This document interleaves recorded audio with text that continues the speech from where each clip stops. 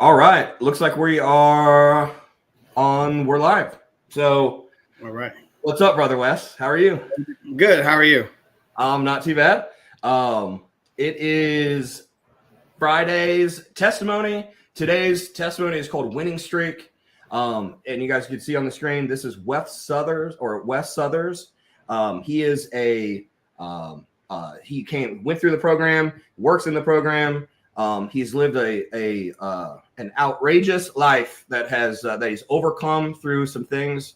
And we're so thankful to have him on here. Honestly, it's been an inspiration, Wes, to talk to you on Wednesday. Yeah. If you're wondering if your life is difficult, just go to somewhere in an AA meeting, go to church, and just start talking to people, because you'll realize there's strength in numbers of going through stuff. I know what you've been through. You know what I've been through. So, ladies and gentlemen, this is Wes Southers. So I'm going to pass it over to you. And really, since our first one, just give us your bio and really just kind of start from the beginning. And I might jump in and ask a question or two. Okay.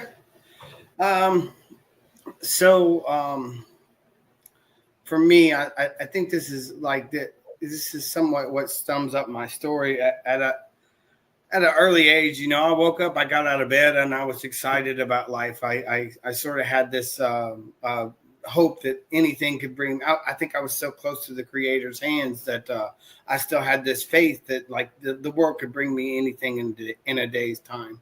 When I would wake up out of bed, I still had joy in my heart and all these things. And but somewhere along the way, my heart got hurt. You know what I'm saying? I woke up out of bed excited about life, but one day I got hurt, and along that line, I got to the point. I was like, I don't want that to ever happen again. So I started to notice everything that was flawed and everything that was broken and everything that was missing, and living that way made life very uncomfortable. Until one day somebody handed me a bag, and inside that bag I found comfort for the first time in a long time. And I could do anything as long as I had that bag. You know what I'm saying? I could go to work. I could raise my kids. I could do just about anything as long as I had that bag. But slowly, everything that I loved and I cared about was on the outside of that bag, while I drowned it on the inside. Everything I wanted to hold on to in life, I couldn't hold on. I couldn't hold the bag and hold it. The bag became more important than anything else that I had, because it was the one thing that made me feel comfortable with me being me. From what I understood, that it just wasn't. That was the one thing that I'd found that made this. All these things that I looked for, this flawed and broken and missing, and everything that was gone that I wanted out of life, I never felt complete until then. And then, but it was artificial. What age was this? I was introduced to drugs at a very early age. When I was about. So I would say about 2 years old, 3 years old. I knew what drugs was, but I didn't do anything. But like my brother, he had cerebral palsy, and at an early age, I went to So I had a cousin who babysitted us, and he was gay, and. He was doing things to my brother, and I told my mom and dad about it, and it didn't really, they didn't buy it. So I ended up taking his place, and he would use a drug they call locker room to relax me when I would get into that sort of. And so I learned that drugs could get me through something at a very early age. Wow. And that later on that all stopped when I was about 6, and so after that was kind of like I didn't trust anything. I didn't. The drug use didn't continue, but I knew I'd had my first encounter with drugs at an early age, and then so my father was really abusive. He had a really strong temper. My mom, she worked 2 jobs, so because whenever she was at home, it was just as bad for her as it was for us. And my dad, he lived a lifestyle where, he didn't really he didn't have time for kids. So I became the caretaker over my brother. He would my dad didn't mind putting his hands on my brother, and I learned that in order to be able to protect him, that I would just I would stand in front of my brother and take the beating. And I remember the only thing that would really work to keep him from hitting me would just scream over and over that I love you, I love you, I love you, and eventually that kind of stuff would get him to stop. It was the very things that I didn't like about him that and made me. I held that in my heart for a real long time, and later on in the story, I'll get to how that played in part of my identity during active addiction. But so I grew up in Kentucky. I have a brother and a sister. My sister didn't live with us until I was probably 9 years old. Just one day she popped up. Hey, guess what? You got a sister. She was 2 years older than me. She didn't know what the culture of the house was. I already knew what was going on. She got in there and she was like, this is crazy. And it ended up being a little bit much for her, but so it took a toll on her too. Cause she came from living inside of a Pentecostal household to living inside of a biker household. And that was a straight culture shock for her. And she just wanted to get away from it as often as possible. So growing up at a real young age, I found drug. So I went to school. I went to a school out in the country, maybe 10 people in my class. That's tops, for the whole grade. There's one classroom for the entire 4th grade, and it 10 people tops in my class. And so it was really not maybe 60 people in my whole elementary school total, from K through 6, maybe a little bit more than that. I'm not sure, but it couldn't have been over 100.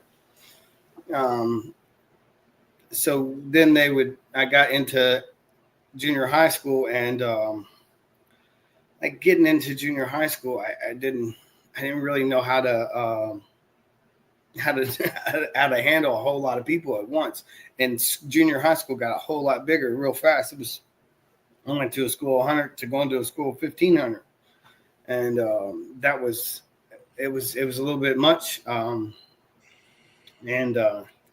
So when I got to junior high school, I had a brother. I remember me talking about my brother. He had cerebral palsy, and I remember kids making fun of him at school and doing stuff like that. Or I had problems, being able to behave. My parents, the only time I really ever seen happiness was when they had some sort of substance in their hand. But whenever the light bills was out, whenever something was going wrong, they taught me to point my finger at something else. So I adopted that, whenever something went wrong at school, I pointed at something else. It didn't have nothing to do with me. So I get to junior high school, and I got a lot of fights. So they end up taking me and they put me in what they called alternative school. And I found out a lot of these kids was just like me. And a lot of these kids started to use drugs. This is 7th grade. So Dad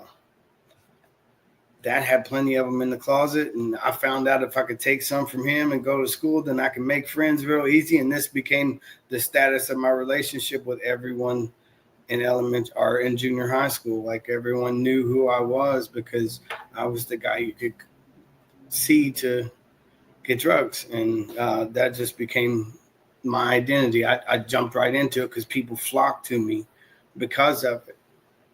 And Was this just for the listeners? Was this narcotics, weed?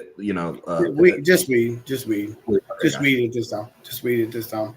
But like my dad there was other drugs in the household. I just in junior high school, that mostly kids. That's what they did. So I get a little bit older, and I get about 15 years old, and um, I've been dating the same girl from kindergarten all the way to the ninth grade. Um, Pretty much been the same girl that whole entire time, and I ended up getting her pregnant, and that was the first girl that I ever got pregnant. Um, and then wasn't too long after that, she went to live with her grandparents, and then I got with. So I'm at my house. I lived out in the country. Our house was like a party house where people gathered to party. And my older cousin Michael, he brought his a third wheel. His girlfriend, and a third wheel out there. She was like 22. I was 15. She came out there. She got drunk. I got her pregnant, and that pretty much was from there. I came home one day. I told mom, I said, "Listen, I got another girl pregnant," and she told me, she said, "If you're old enough to breed, you're old enough to leave." And I think that was at the time that my mom was kind of getting ready to leave my dad. They were getting divorced, so she kind of just she took me to the old girl's house and was like, "Here, listen, I'm gonna drop you off." Yeah, and she was like, "I can't be with him. He's only 15." And I think my mom told her it was either this or I call the police. And she invited me into the house at that point. So my first relationship was kind of, that's how that was set up. Whew. Yeah. So Life skipping is moving fast. yeah. So Fast mover. I think that's how my mom kind of like, she didn't want to leave me with my dad because of the abuse, and she wanted out of the marriage, and it was a way for her to just kind of like make sure that I was safe. So we just go on. Were mom and dad Christians? Family church related? No. Dad's family. My dad's family, Pentecostal. They all church going people. This and that. Mom's side of the family, grandma owned the bar. They're all. My dad's one of 12. My mom's one of 13. So like mom's side of the family really rowdy. Dad's side of the family all Pentecostal. Don't do no, like when you come over here, you mind your manners type. That's how that was. So we fast forward a little while. I get older, still using drugs in order to get validated by people. Adopted that lifestyle. It was really easy to. I thought I was making friends. I thought I was, Mr. Popular, being able to sell drugs. That's what I grew up on. And I never really seen it as artificial until after, later on in life. Everything always seemed fake, but I couldn't really put my finger on what it was. You know what I'm saying? Like, never really trusted nothing because everything I got involved in, that was the center point of it. I know exactly what you mean, because if I stopped buying stuff when I was out there and it had been a couple weeks, that you will fakely, "Hey bro, just checking in on you. How's it going?" It's like, but you don't care. So I know what you mean. You're like, bro, you care less about my well-being, bro. Last time you and answered the phone call when I was asking for bond money, none of that stuff. So it was really everything was like really artificial. Most of my relationships with women, they were based off the fact that that we both got high, and that's kind of how it went on. life, like the pain part of life, I like I didn't realize it then, but I was building monuments in places of pain when I should have been building altars in those places. Because when I built monuments in those places, they were forming my identity. Like I was telling you about my dad, they how much hatred I had towards him, towards the things that he done. But when I harbored those things into my heart, it actually turned me into him when I got older. And I think that's why forgiveness is so important, is being able to let go of those things. Because if I can't let go of them, somehow they form my identity, that I'm holding on to them. So I get a little bit older, and I get married. I'm having at this time, by 25, I've got at 25 I had 5 kids. By 30, I was married. By 32, I had 8 kids. There's just something about being a dad, and it was I was okay.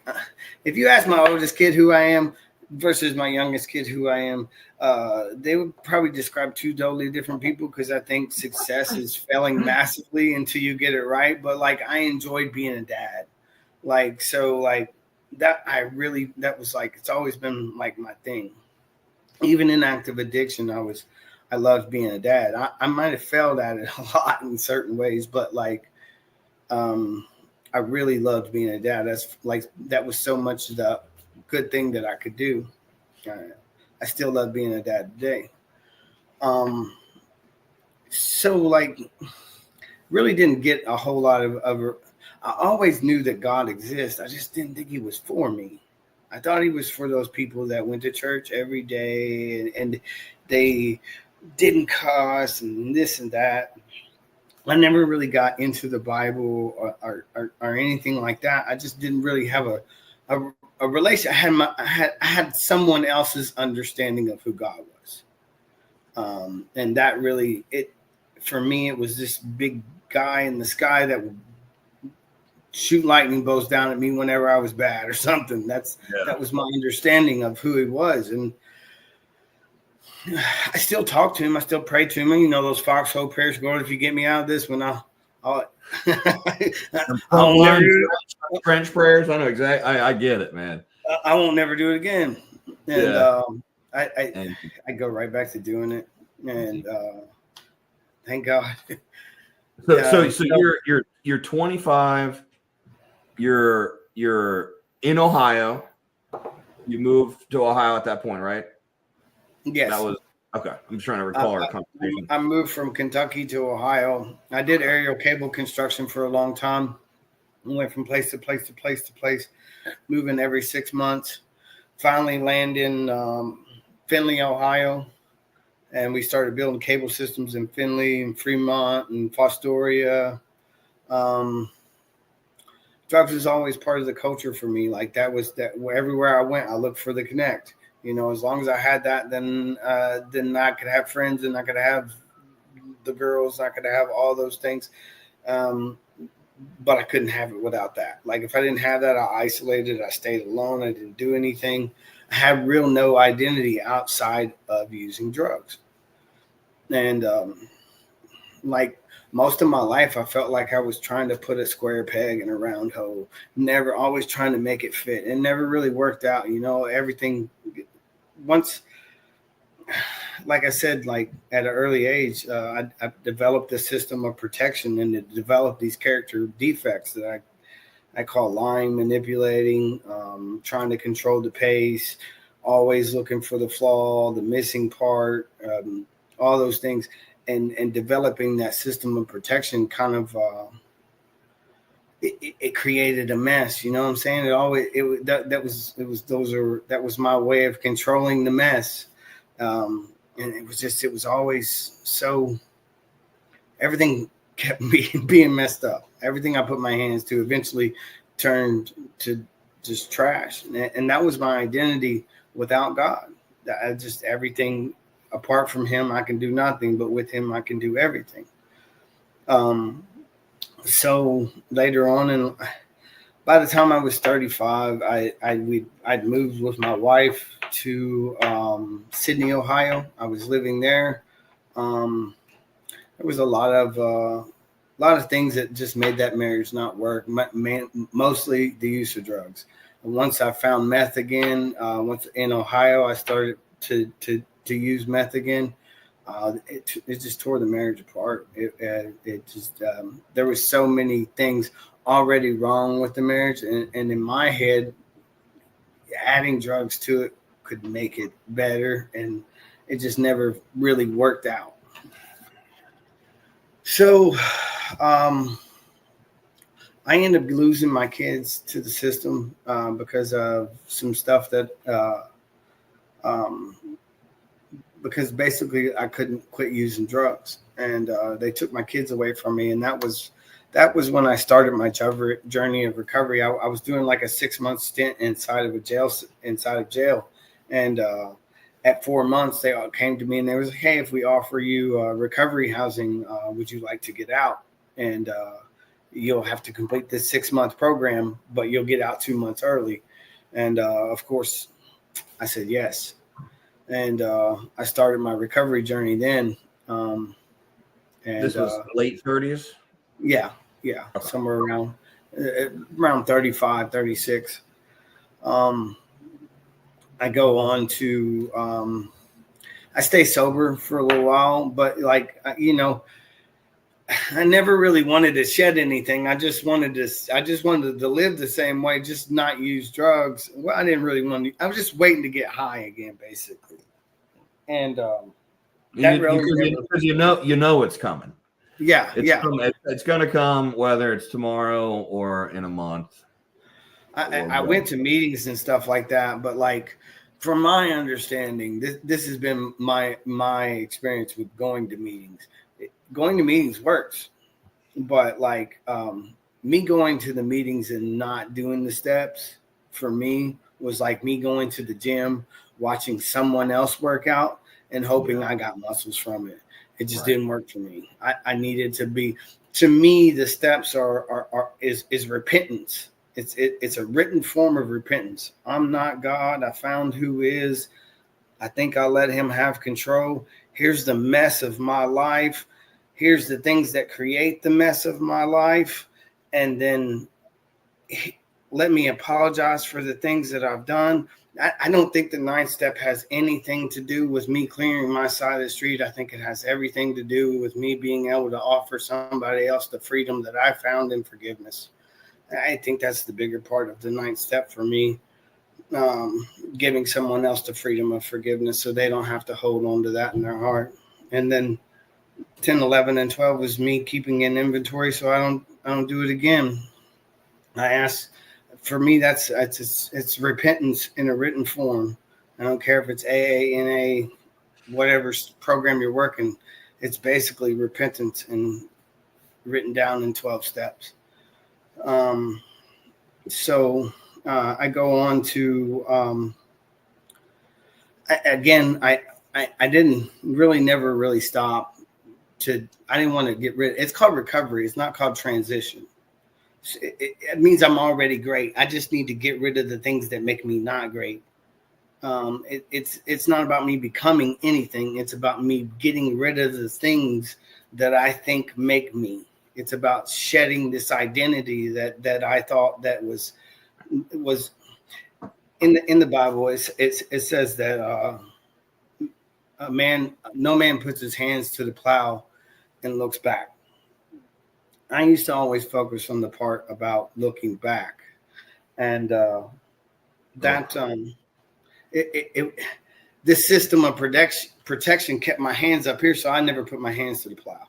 My hands were always up, so I never really.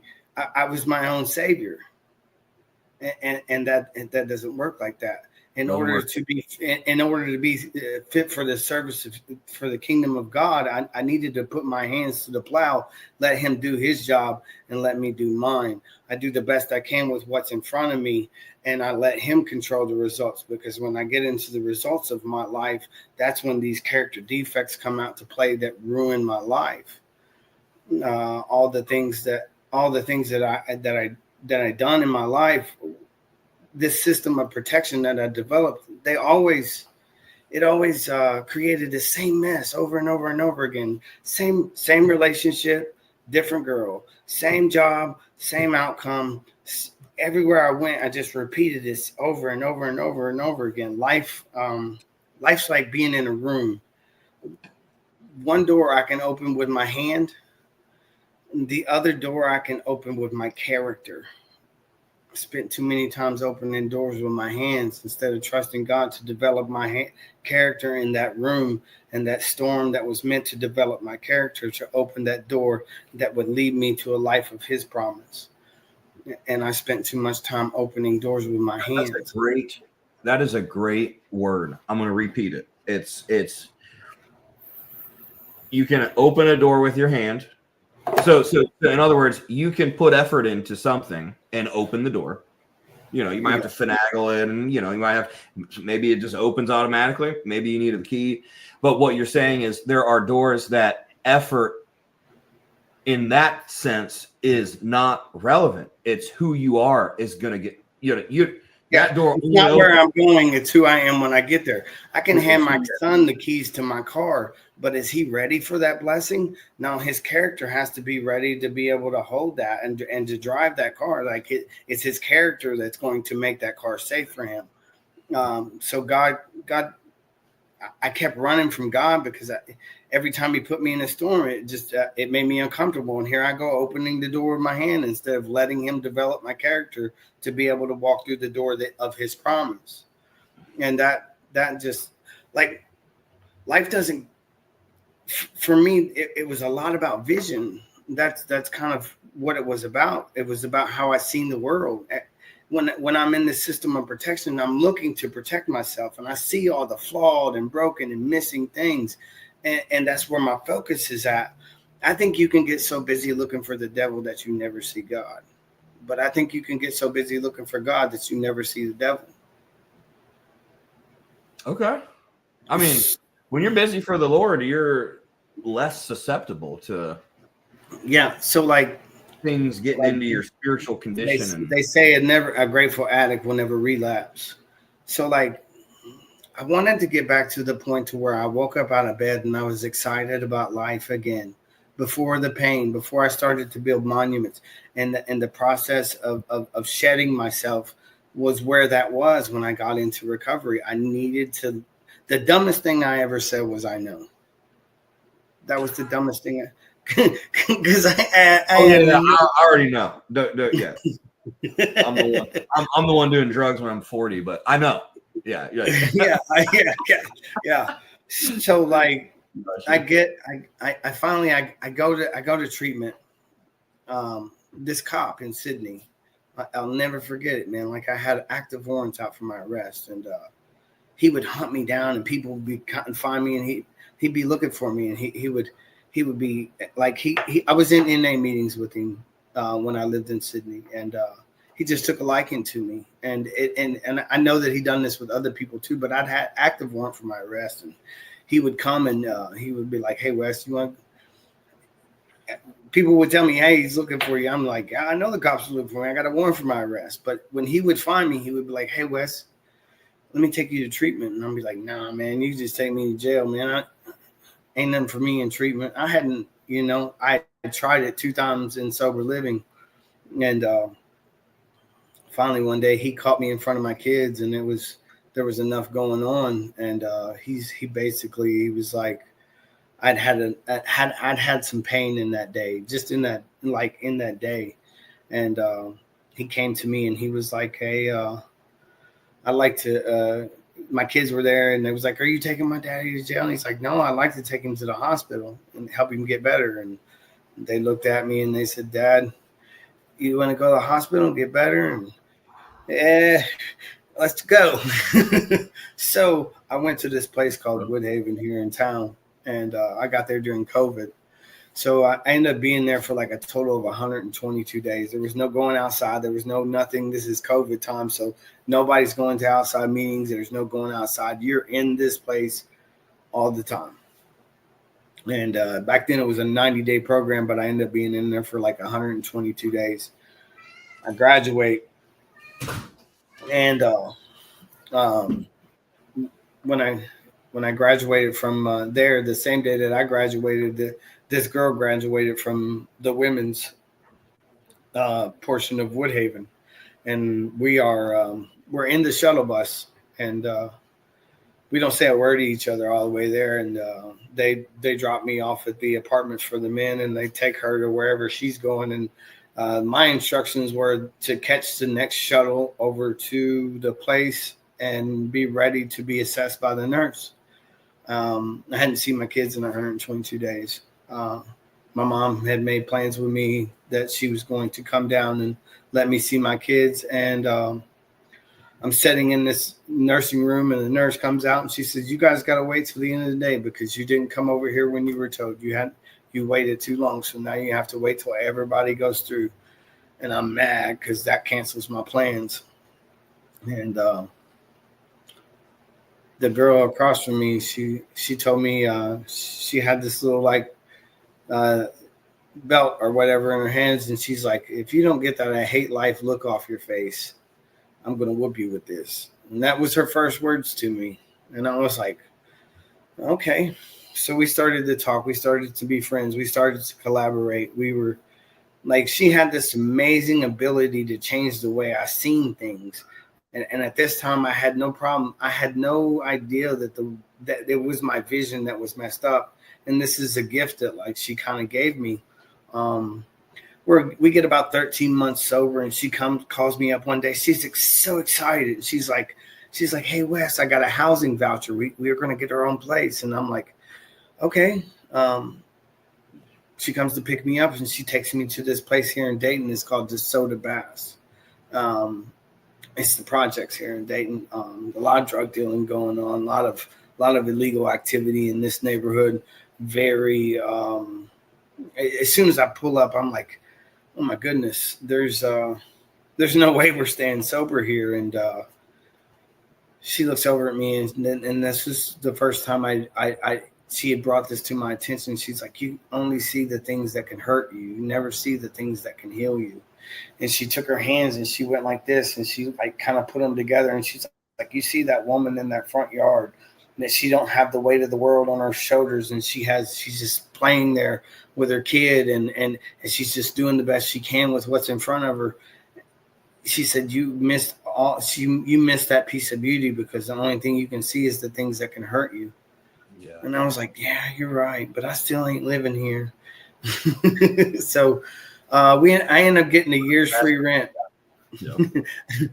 I ended up getting this grant that paid my rent for a whole year, and we ended up moving back to my hometown, or where I lived at back in Sydney, Ohio. I wanted to be next to my kids, and we ended up getting this apartment, and we both get good paying jobs. Like we're making like $23-24 an hour, working every day fast. We both got a vehicle. Both of us got things going for us, going really good. We get off work one day, both of us. I get off like an hour before her, and she comes home and she's like, "Hey, I want to take some money to my daughter down in Dayton." And this is like a Friday afternoon, and she told me that she wanted to take some money to her daughter down in Dayton, and her daughter was in CPS custody, and I had worked previous CPS case plans. So I knew at that point, like in my mind, like a Friday afternoon, you're going to see somebody who's in state custody and give them money. Nah, I didn't buy it. But, she was my program. She was my God at this point. I stopped going to meetings. She kept me. She was the thing that kept me good. I really never really did a whole lot of checking on her because, I never really worked a program. I attended meetings, but I didn't work a program. So Mhm. my sobriety depended upon, being next to her. And I let her walk out that door.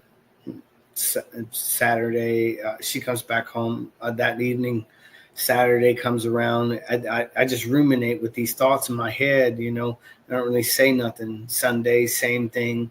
I'm internally I'm a mess, but externally I'm just pretending. That's another thing. Um, I'll come back to that. But like she Monday morning, I wake up for work early in the morning, and I'm like, hey, it's time for us to go to work. And she says, well, if I don't feel good, I'm not going to work today. So I go to work. I work the rest of the day. I work till lunchtime. On lunchtime, I call her. First 10, 15 minutes of the conversation, she doesn't say anything. Uh, I finally I say, hey, why'd you lie to me the other day? I got that phone courage, you know what I'm saying? I finally got the nerve to say something when I was on the phone, and in the first 10 minutes of it, she kind of is denying that there's even anything going on, and then at the end of the conversation, she was like, well, we both got these good jobs now, and they've cut my Medicaid off, and I'm no longer able to get my Suboxone, and I'm really struggling, and I'm like, oh man. So immediately I jump into solution mode. Will you Yeah, quit your you're job? Da, da, da. Mr. Fix It, da, da, da. I think I got the solution right then and there, and that's not what she was looking for. Um, so I'm like 10, 15 minutes late getting back to driving the tow motor. I got a low parts. As I'm putting my phone in the locker, I hear it go ding, but I don't have time to answer it or respond to it. I get on my tow motor.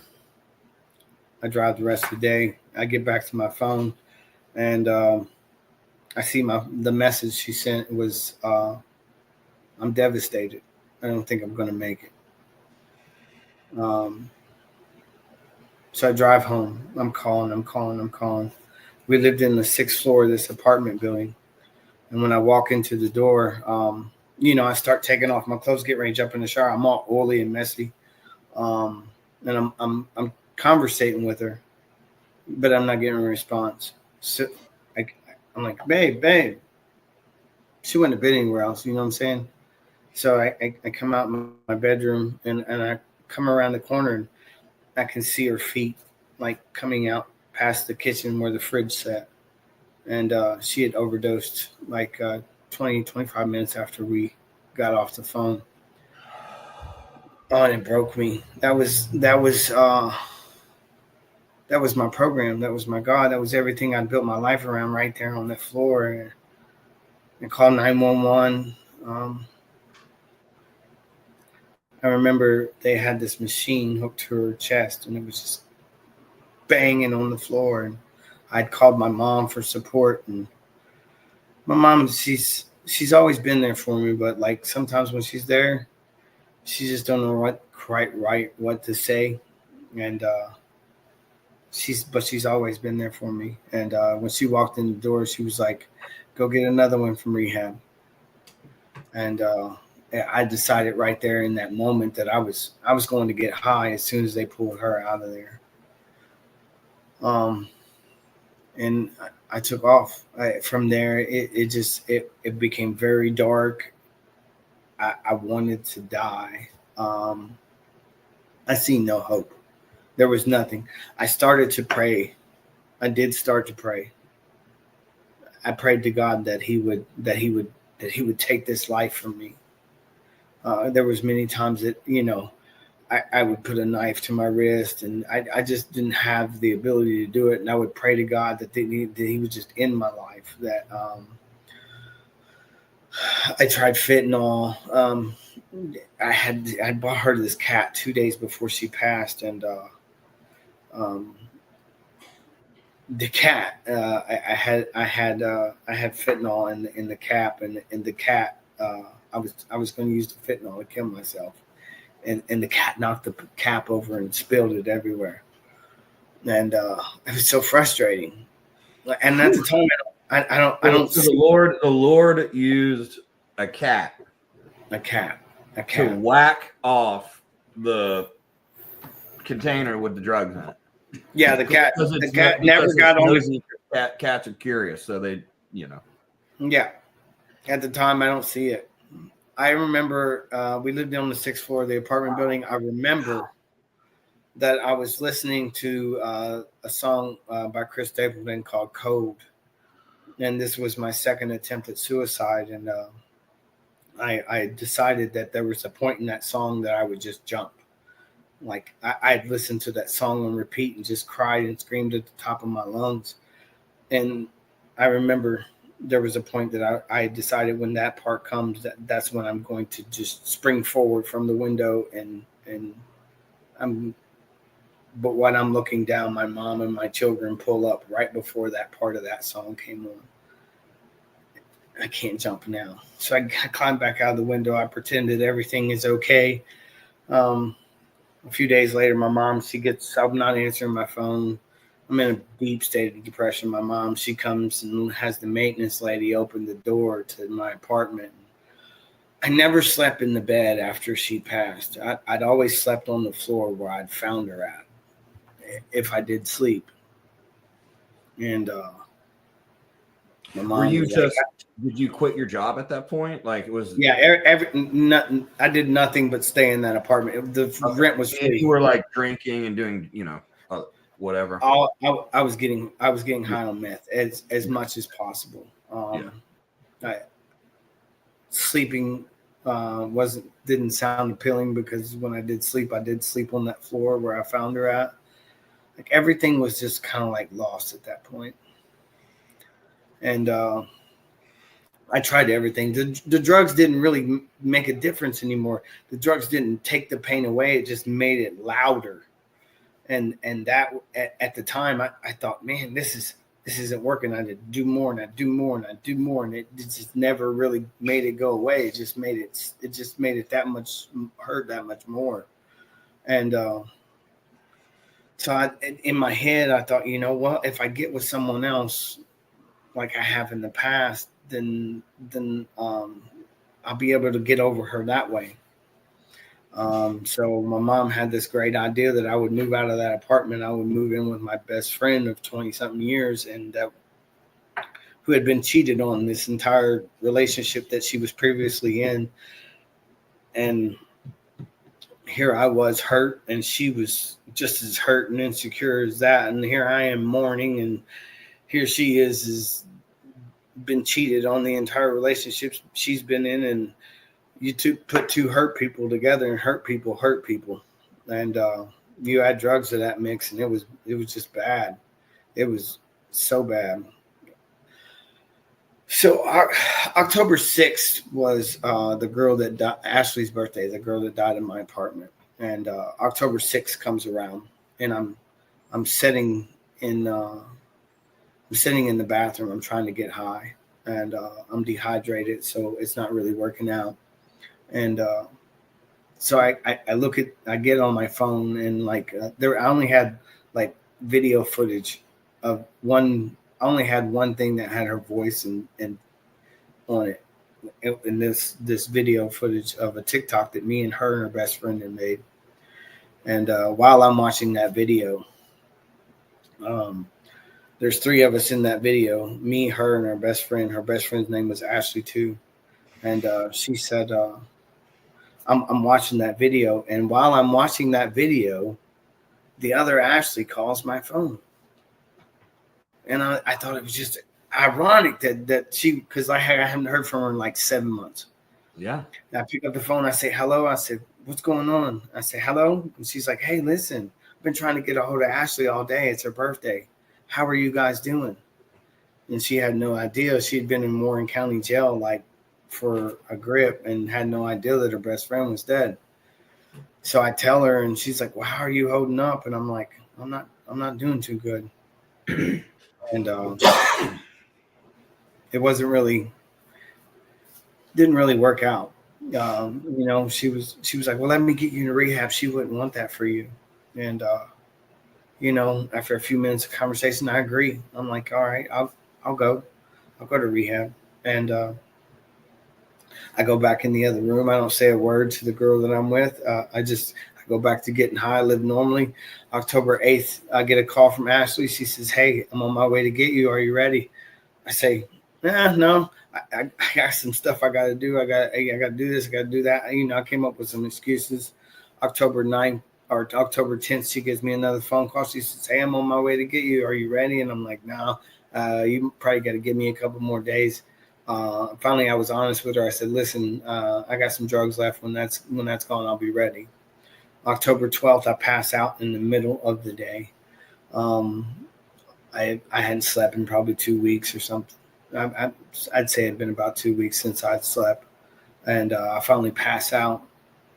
And I get a text message I think it was about 7:30, 8 o'clock in the morning from Ashley. She said, hey, I'm on my way to get you. I got zip ties and you're coming with me today. Only problem is I'm asleep. The girl that I'm with is the one that receives the phone. She's got my phone. She gets the text message. She wakes me up by smacking me with my phone. And there it is. She's like, your girl's on her way to get you. She's got zip ties. She has no idea that I'm trying to go to treatment. She has no idea. I hadn't said anything to her. I get all my stuff. But when she smacked me with the phone, it dialed like it was open on the message, and it called her, and I can hear hello, hello, hello on my phone as I'm sitting there, and I pick up my phone to my ear, and I'm like, hello, what's going on? And she's like, hey, I'm on my way to get you. You ready? I'm like, yeah, you can come get me now. I mean, like, the cat's in the bag. It's over with. So I start putting my stuff in the car and stuff like that, and I look down at my gas tank, and it's almost empty. I don't have enough I don't have enough gas in there to get to town, but I'm going to try because I got to get out of here.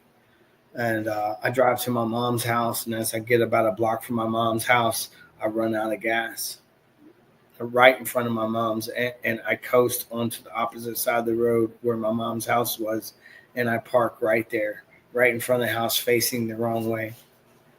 And I unload the car. I put all the stuff down in the basement. Stepdad really doesn't care for me. Mom's telling me, make sure that he don't see you putting your stuff down there. Otherwise, I'm going to get yelled at for it. And so, like, I'm sitting on the porch, and I'm like, man, I don't want to do this. I don't want to go to treatment. Like, I get that last minute decision. Like, I'm gonna just, I can't go nowhere though, because my car's out of gas. So I pick up the only resource that I have was that phone. I'm going to call old girl and tell her to come get me before old girl gets there to take me to treatment. And I got my phone in my hand, and all of a sudden the screen door behind me comes flying open. And my son, he's about 7 years old at the time. He comes out the door, and he puts his hand over my phone like he knows what I'm doing. And he says, Dad, I haven't never seen you lose at anything. How are you going to let this beat you? That was the question he asked me at 7 years old. And I was like, that's such a deep question to ask. Like right now, like you knew what I was about to do. And he sits down next to me and he's like, Dad, I love you. You can do this. You're capable. You're strong. He like starts to encourage me. And I'm like, you know what? You're right, buddy. And we're just crying. We're just sitting there, me and him, like, we're just crying. And he's got his shirt off. He often runs around without his shirt on. And he's got his shirt in his hand, and he looks at me and he's like, Dad, I know this shirt don't fit you right now, but someday it will. And it's a 7-year-old boy's shirt. And I have no idea what he's talking about. Yeah. But he starts to wipe the tears off his face, and he gets up and he wipes the tears off my face, and he gives me a kiss on the forehead, and he tosses that shirt on my lap and goes back inside. but everything kind of slowed down in that moment. Like everything kind of like amplified, like just right in that moment. As soon as he laid that shirt on my lap, the Holy Spirit showed up in your house. That's what yeah. So like he as he was going in the door, you know how a screen door will kick back and forth like that right before it shuts. From the moment that I heard that click, it was like a cell door slamming. Bam! It was boom. And I was just kind of like in this moment, like, what's really going on? And like I picture my mom's about to come out the door and be like, "What'd you do to him? Why is he crying?" And I figure my mom's gonna come out and start yelling at me about it. And I can hear him playing, like he just wasn't outside bawling his eyes out, like nothing had, like he just wasn't right here, just crying his eyes out. You can hear him playing, like nothing is like he wasn't just outside with me. And like I'm in this state of shock, of like trying to figure out what's really going on in this moment. And here comes the girl to pick me up for treatment. She pulls up. Now I don't want her to see me crying in this moment. And I pick the shirt up that he gave me, and I start to wipe the tears off. I turn around and I start to wipe the tears off my face with that shirt, and all my stuff's right here on the porch to go to treatment. And I toss that shirt on top of it, and it comes wide open. And it in that moment, it hit me. The question that Carter asked me was, "Dad, I haven't never seen you lose at anything. How are you going to let this beat you?" And the shirt was going to fit me one day. And the shirt came open, and across the front of it, it said "winning streak." And I was like, oh my goodness. It was in that moment that I realized, I my whole life, like I said, I knew that God exists. I just didn't think he was for me. It was in that moment, like if you took everything that I'd ever been through in my life and you put it on one side of the scale, it was like God put his finger on the other side of the scale and said, "Here, I'll put you on level playing ground. Here's who I'm meant for you to be." Because I caught more pain in my life for the person I pretended to be than the person that I was created to be. And when I catch problems for the person that I'm pretending to be, I have no ability to solve those problems because God didn't create me to solve those problems. And that's when my life becomes unmanageable. I learned that I had no identity for who I was without God. And it was like, I haven't been the same since that day. That day was the pivotal moment that changed my life, because then I found out that God was for me. And I got this thirst and I got this hunger. And, a lot of times I was so focused on my behavior, and it wasn't about my behavior. It was not the behavior that I needed to worry about. It was the posture of my heart. You see, just like when I break my arm, it's got to be set in the right position to heal. When I break my heart and I heal it with unforgiveness and resentment and trauma and fear inside of it, it's not set in the right position. And if I break my arm and it heals and I don't never get it set in the right position, the function of what it is doesn't happen. And everything in life flows from my heart. So when I break my heart and I don't heal it in the right position, then the function of my life does not change. I need to be able to make sure it wasn't about my behavior. It was about the posture of my heart. And that's kind of what God gave me, was the ability to understand that I needed to see the world as an opportunity with him and stop looking at it as an opponent. I found out the rejection wasn't so painful when I found out it was divine. When being able to be, rejection guided me more than anything else in my life, because at that time I knew that if God brought me to it, he'd see me through it. And being able to get your attention a bunch of times in your life. yeah, he definitely did. He being able, like, and that's when the winning streak started, because like it says in the Bible that God will make a table in the presence of your enemies. And I used to think that was people. And what I come to find out is those are circumstances. All things, anything against you. It's circumstances. Like, so for me, it was about, it wasn't like without God, this is what I do. But, I noticed that the winning streak started when I found out who I was with God. Apart from him, I can do nothing. With him, I can do everything. So like situations that once had my heart full of fear, like that I didn't want to walk into, I found out I didn't have to chase. It's to seek ye first the kingdom of God, and all these things will be added unto you. I didn't have, my whole life I've been chasing something, all kinds of things, willy-nilly. That's not the righteousness of God. Everywhere. I've been chasing everywhere. And then I found out if I just seek him, then all the things that were created for me, all the I have custody of I have custody of my children today. I didn't file one single paperwork. I didn't go after one single. I didn't go after them. They were brought to me, one by one. Would you say that that's a character doorway? Yeah, I would say it was a character doorway. I would say good use of that word. It's like, yeah. Man, I there's so much I want to ask, but like that was a couple years ago, right? So that October 10th moment. Okay. October 13th of 2022 is my claim date. Okay, cool. So coming up on 4 years or 23 years. Yeah. 4? 4. Coming up on 4. Coming up on 4. Okay, cool. Yeah. All right. So and thank you for revisiting, like, there's obviously so much more to the story, that was in there. Okay, let's kind of move into and then we'll wrap up like the winning streak. So like, everybody, you've got all these, the craziness is gone.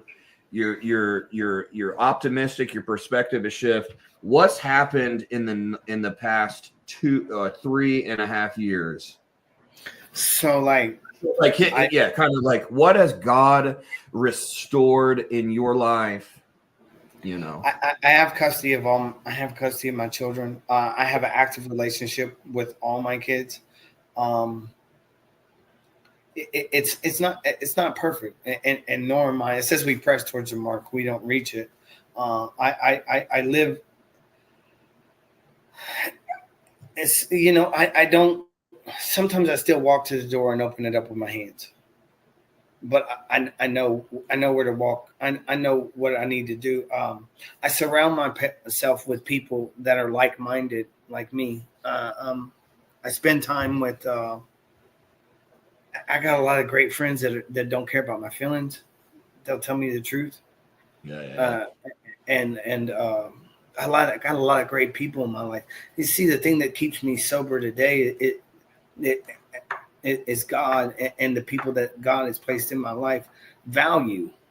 I have value in life with God. He gives. I used to I never really thought that I didn't find my identity until I found him.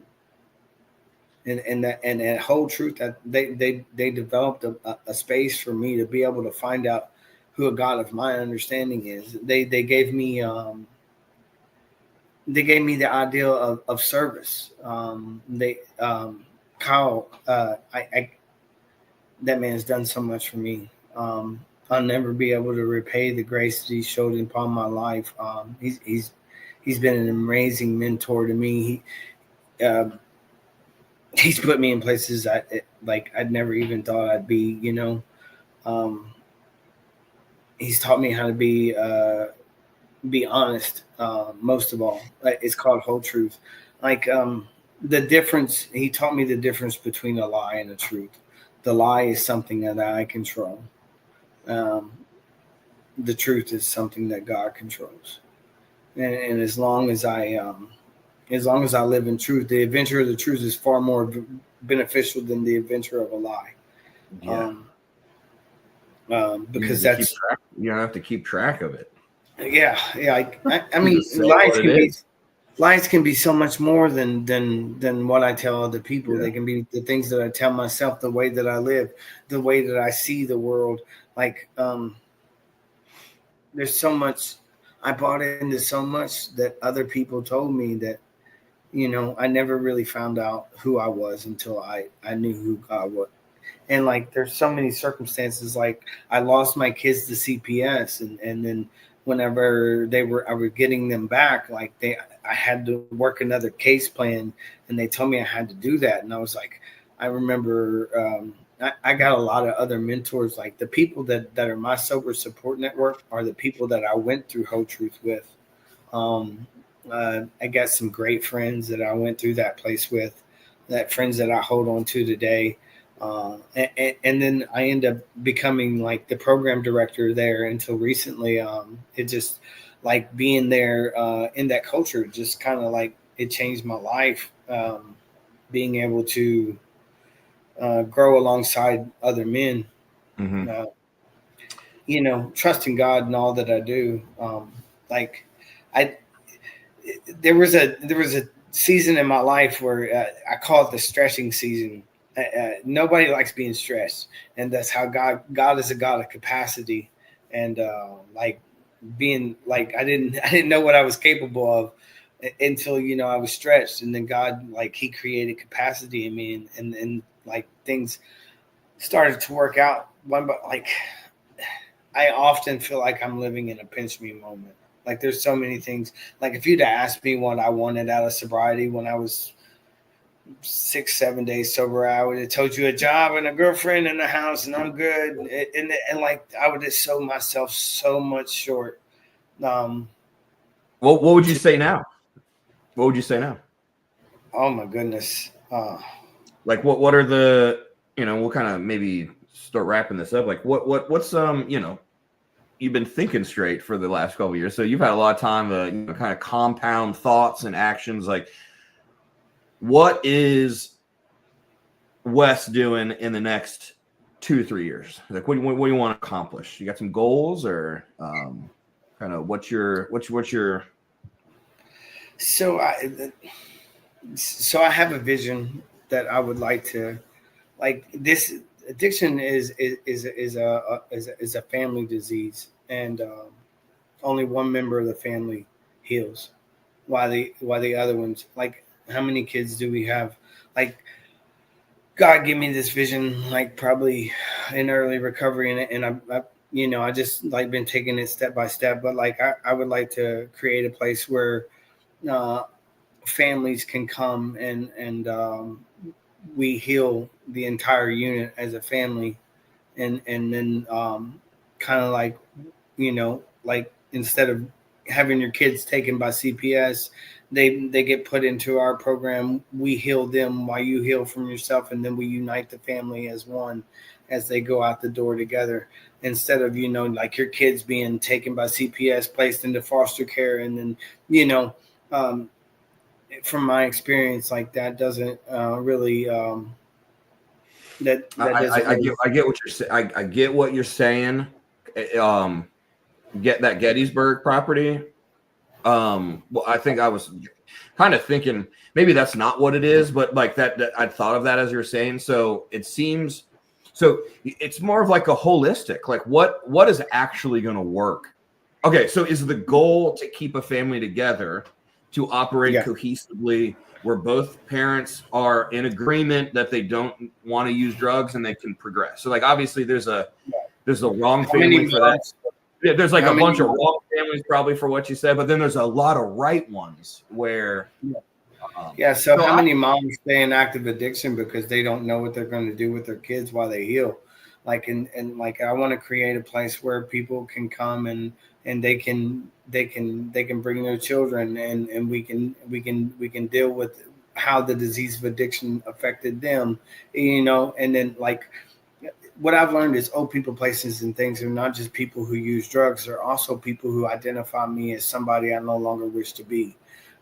So like, if I heal and I go back into a system, back into a home that is broken, from my disease, and I walk back into that, and they start to identify me as somebody I no longer want to be, then I will assume that identity faster than I will create a new one with them.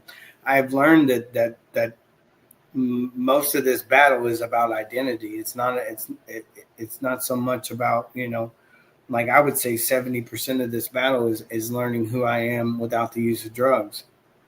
Like I see so much. And then to base decisions off of that person. Yes. When you know who you are, and like it's you not said, where you're going. You didn't say the exact scripture, but Genesis made you in His image, or God made you in the image of Himself, and and so you're taking that to heart. Yeah, learning who I am with God. That is, If there's somebody who's trying to, I know we're running a little bit late. By the way, you guys are watching this. This is Friday. This is Thursday around 10 p.m. So Wes and I are hanging out late night, but this will launch tomorrow noon on Friday, the 27th. But I think we'll probably wrap it up. Like, I'm blown away, honestly. I hung out at 3rd Street today with 5 or 6 of the guys sitting on the porch, and recovery is such a beautiful thing. Yes, it is. It is so. It's beautiful when someone can articulate and humbly say, you said something earlier that was, I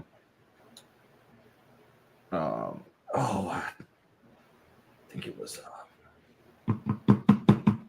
I don't know if you said it was we're not wrestling against flesh. It's like you're not wrestling against something. It's a spiritual battle. And so in getting people to that epiphany moment in your life where you had that moment where you threw, it's almost like God showed up so uniquely for you in that exact moment because He's been trying to get your attention for so long. So I'm going to share this story because it sounds like your perspective has changed. That's probably like the biggest thing, that your mindset. Yeah. What Ashley said to you at DeSoto Bass is like, why do you see all the negative? There's like a lot of positive stuff to look at too. Yeah. It's like, yeah. You can see the world as an opponent, or you can see it as an opportunity. You can get so busy looking for the devil that you never see God, but and feel like you want to protect yourself all the time. And I'm not my own savior. And I have to turn that over. I have to be able to let go and let God, and learn that, like, if pain comes, that's just a deeper way for me to learn who I am with Him. That's the thing that deepens the relationship. It says He is near the brokenhearted, and those who worship Him in truth and in spirit. My whole life, I've been like throwing wood chips in the wood chipper and hoping the tree would come out on the other side of it. And that's not how life wrong direction. Wrong direction. Yeah, life doesn't come at me. Analogy, I'm going to keep throwing wood chips in here, though. Life doesn't come at me; it comes from me. And like a mistake I made in early recovery was I thought I had to protect my peace, and that's not really what it is. I needed to learn how to be a peacemaker. You have a great pace about you. I'm sure you've heard this, like your temperament. Yeah. Like the pace and the temperament. I've said, just from my rookie mind of just being around for the past couple of months, like you can tell the calmer, quieter ones.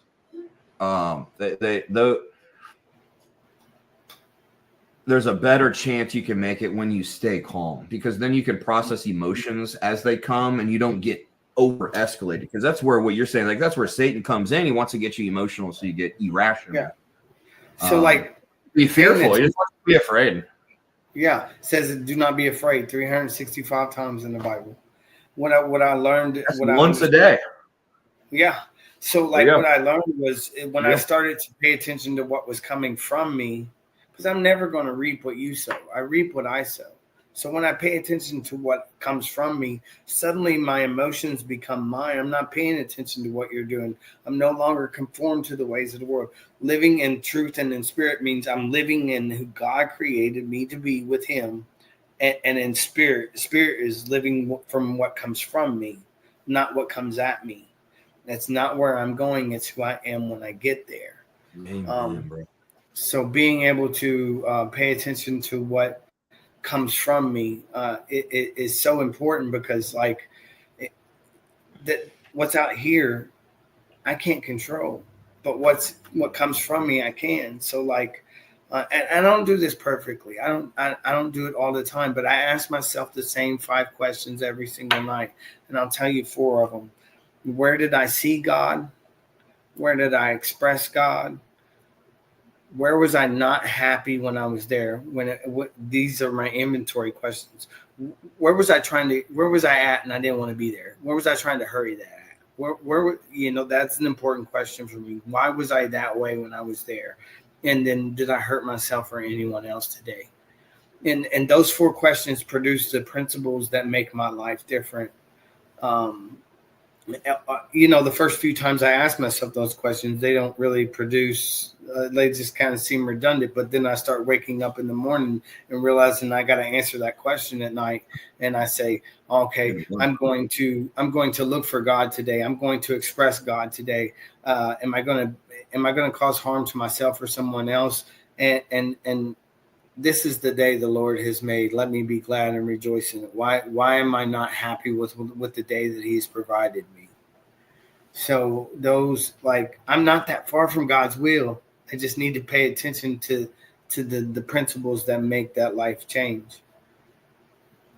Brother, I can tell you right now, your story is going to make a big impact. I mean, it already has, but we're going to launch this tomorrow. Man, I am so thankful for you spending time with me. I get wrapped up in church stuff a lot, and I don't, I've been spending more time down there, and man, it's my people. Church understands. Y'all understand, Stan. You know what I mean? Like, you definitely. So, yeah. I'm having this story I want to end with this. So I'm going to ask you a final question. And it reminded me, because I think when Ashley said that to you on DeSoto Bass, it reminded me of a story about 2 hunters that were they lived in Texas. They were big hunted wild hogs and different things. They're big time hunters, and they found out that Alaska had a wolf problem, and that they were offering financial, to kill a wolf. So if you had whatever, it's $5,000 a wolf. So the brothers go up there. They go fly up to Alaska. They set up a tent, canvas tent, out there in the wilderness. And on the first night, they're sleeping in the tent. It's middle of the night. In the middle of the night, one of the guys wakes up, and he could just sense the wolf. Just sense that there was so he starts getting nervous, and he's looking through the canvas and seeing if he can see it. And there was a wolf right outside the tent, and he leaned in, and then you can see he saw is 25 wolves with the eyes. You know how the eyes, you can see the animals. Yeah. And he's like, holy crap. So he's waking his partner, the guy's with his brother. He's like, Bob, wake up. Bob, wake up. Wow, Bob, you got to wake up. And Bob leans up and says, well, what is it? What is it? He goes, Bob, we're rich. And my mind always gets fooled by that, because we're always thinking like what Ashley and you discussed. If you go into somewhere and you see one negative thing, that's like what you're going to remember. But like God's perspective shift in your mind is that he wants you to think like him. Like everything's an opportunity. Everything can be ministry. Everything, like the way you see it, thank God our eyes aren't reliable. It's the way that the Lord puts it in us, And so a lot of times people and honestly, the idea, until the fear entered the man, because they're in Texas, they're just like, yeah, we'll go up there and shoot some wolves. No fear, no danger. You're in the danger, and it shifted. My mind went immediately like, bail on the hunting trip, go back to Texas. But in his mind, he's like, he's got the right perspective. There's 26 wolves out there times $5,000. Let's go. I'm like, man, he's thinking I'm rich, and I'm thinking you're screwed, bro. And so I think a lot of times understanding that even in dangerous situations where somebody passes away, or kids get taken, or prison sentence happens, or dad dies of cancer, and you're not all these things, the Bible says that you're oppressed but not destroyed. And so you can get your back all the way. And so, brother, thank you so much for sharing your story. Like, you are exceptional testimony, and I think it's just really it's really evident that God never stops pursuing. No, ever. You don't. Ever. No. Under no circumstance at all whatsoever. And that's, once you can grasp that, you won't want to turn your back on him. No. Because once you know dad's cool with it, now you don't want to disappoint him, because he's going to let you slide on most things. It's not about there is no right job, there is no right girl, there is no right thing. There's just the right God, and if I can bring him into it, then he'll make all things possible. Bro, what if you could leave, maybe let's just say a newer person, maybe a month or less or something, what kind of advice would you have offered yourself, a couple weeks in? Now that you're, several years into, what kind of advice would you offer your first couple weeks self? First of all, be still and know that he is God. Be still. Seek ye first the kingdom of God, and all these things will be added unto you. You don't have to chase a whole lot of stuff. Stop chasing after stuff. Chase him, and the truth will guide you to the places that he has promises for you. Sometimes I don't think we're more scared of the truth than we are anything else. Being able to just don't get wrapped up in trying to be perfect. Get wrapped up into the idea that you need a heart change. You need to be able to change the posture of your heart, because and that is how I live. Like I need to be able to know that everything in this world is broken, and that it's okay, because I have a God that can make all things right. And that is my security today. When you say be still and know that I'm God, I think another way of saying it is just like, hey, relax. I'm here with you. It's just be still, aka be calm. Take a breath. Just you're not gonna solve your mess today. No. But you could screw it up, So it's better to stay calm and be patient. So I know I can create chaos. I think we're probably pretty good at that. Yeah. But trusting in him is been the most rewarding thing that I ever did, and finding people that can lead me closer to him has been more valuable than anything. I didn't need to protect myself anymore. I have a Savior that will guide me to the places to where I can. If God be for me, who can be against me? That's right. And the answer is nobody. That's the answer. Yeah, that's it. Brother, I think I'm excited to see some responses, but brother, I can't wait to spend some more time with you, man. Thank you so much for spending an hour. Thank you for having me on. Man, you are so welcome. For Wes Southers, I'm EO. I'm Eric Olson, the host of the Whole Truth Podcast. And in 2 weeks, I'm not going to say the name because I want to hype it up differently next week, but we've got another one coming up in 2 weeks. If you guys like this content, please like and subscribe to our channel. Trying to find a little, maybe that's trying to find a little button. I don't know if I can find the button. Just make sure you guys like and subscribe and share if you can. Drop us a line, send us a comment if you want to get involved. We're at 38 McReynolds Street. We're just hit up one of us on social media.